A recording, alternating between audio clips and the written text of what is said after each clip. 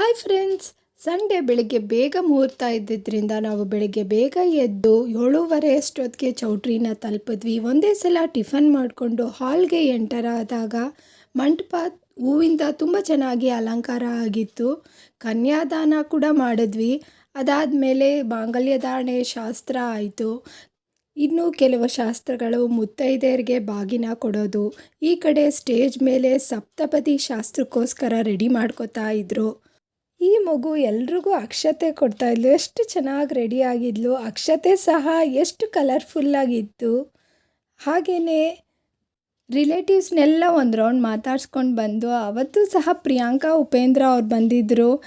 Celebrities ಅಂದ್ರೇ ಹಾಗೆ ಅಲ್ವಾ, ಅವ್ರನ್ನ ನೋಡಲಿಕ್ಕೆ ಒಂದು ಖುಷಿ, ಮತ್ತು ಅವ್ರ ಒಟ್ಟಿಗಿನ ಒಂದು ಫೋಟೋಸ್ ಅಂದರೆ ಆ ಖುಷಿಗೆ ಎಕ್ಸ್ಪ್ರೆಸ್ ಮಾಡಲಿಕ್ಕೆ ಆಗೋದಿಲ್ಲ.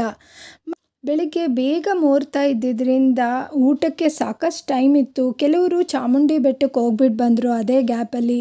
ಕೆಲವರು ಅಲ್ಲೇ ಇದ್ದು ಟೈಮ್ ಪಾಸ್ ಮಾಡಿದ್ರು. ಮತ್ತು ಮಧ್ಯಾಹ್ನ ಊಟದ ಟೈಮ್ ಆಗಿತ್ತು. ನಾವು ಊಟ ಮಾಡಿಕೊಂಡು ಮಧ್ಯಾಹ್ನ ಮೈಸೂರನ್ನ ಬಿಟ್ಟು ಸಂಜೆ ಅಷ್ಟೊತ್ತಿಗೆ ಬ್ಯಾಂಗ್ಳೂರು ಬಂದು ತಲುಪಿದ್ವಿ. ತುಂಬ ಚೆನ್ನಾಗಿತ್ತು ಈ ದಿನ.